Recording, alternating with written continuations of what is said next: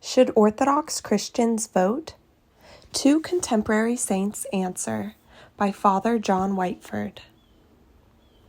I often hear Orthodox Christians who are understandably frustrated with our political system make statements like, "Why should I vote?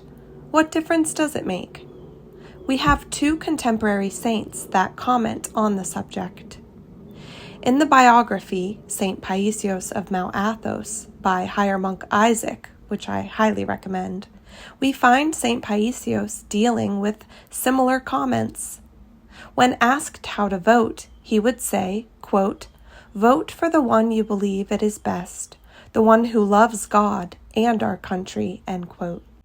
But when he would say this, he would hear the answer, "They are all the same, Father." He would reply, quote, "Well, look here. All olive trees are the same. All of them are affected by the same disease called Dacos. However, some are affected 100% by it, others 80%, and others 50%.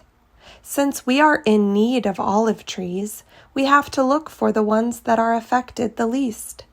When we go to vote, we should always bear in mind two things. A, how much the candidate loves God and is thus a conscious member of the Church, and B, how much he loves his country and looks solely after its interests and not his own. If someone uses another criterion to vote, he is acting out of self-interests and is not behaving like a true Christian. Later on, divine justice will allow him to pay for his mistakes." End quote. When this quote has been cited, the response some make is that we live in a non-Orthodox country and so don't have people who love God, like St. Paisios is referring to. But this brings us to the second contemporary saint who commented on this subject and said almost the same thing, but was speaking about American elections. The elder Ephraim has not been officially glorified yet, but he undoubtedly will be. Back during the 2008 presidential election, a group of people asked him how they should vote.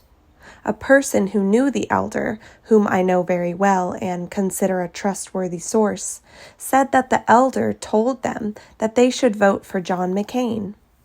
Several people became very indignant because they favored Obama, and so they began to point out all of the bad things John McCain had done.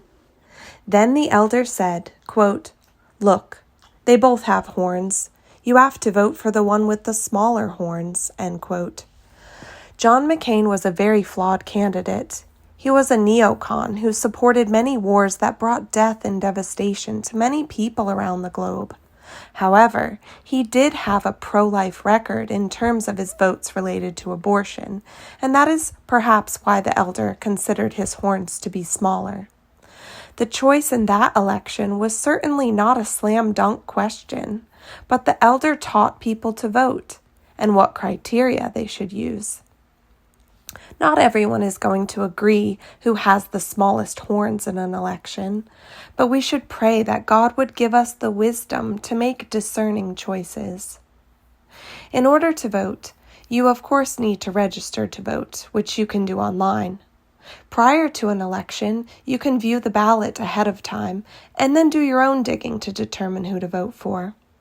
Personally, I use voter guides put out by pro-life Christians.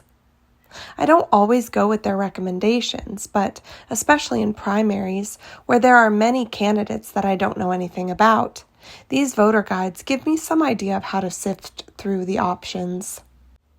One other thing to consider, if you don't think it matters who you vote for, consider how different states and counties reacted to the COVID lockdowns. Some closed businesses and churches and had very repressive policies. Some even preventing people from sitting on their own porches.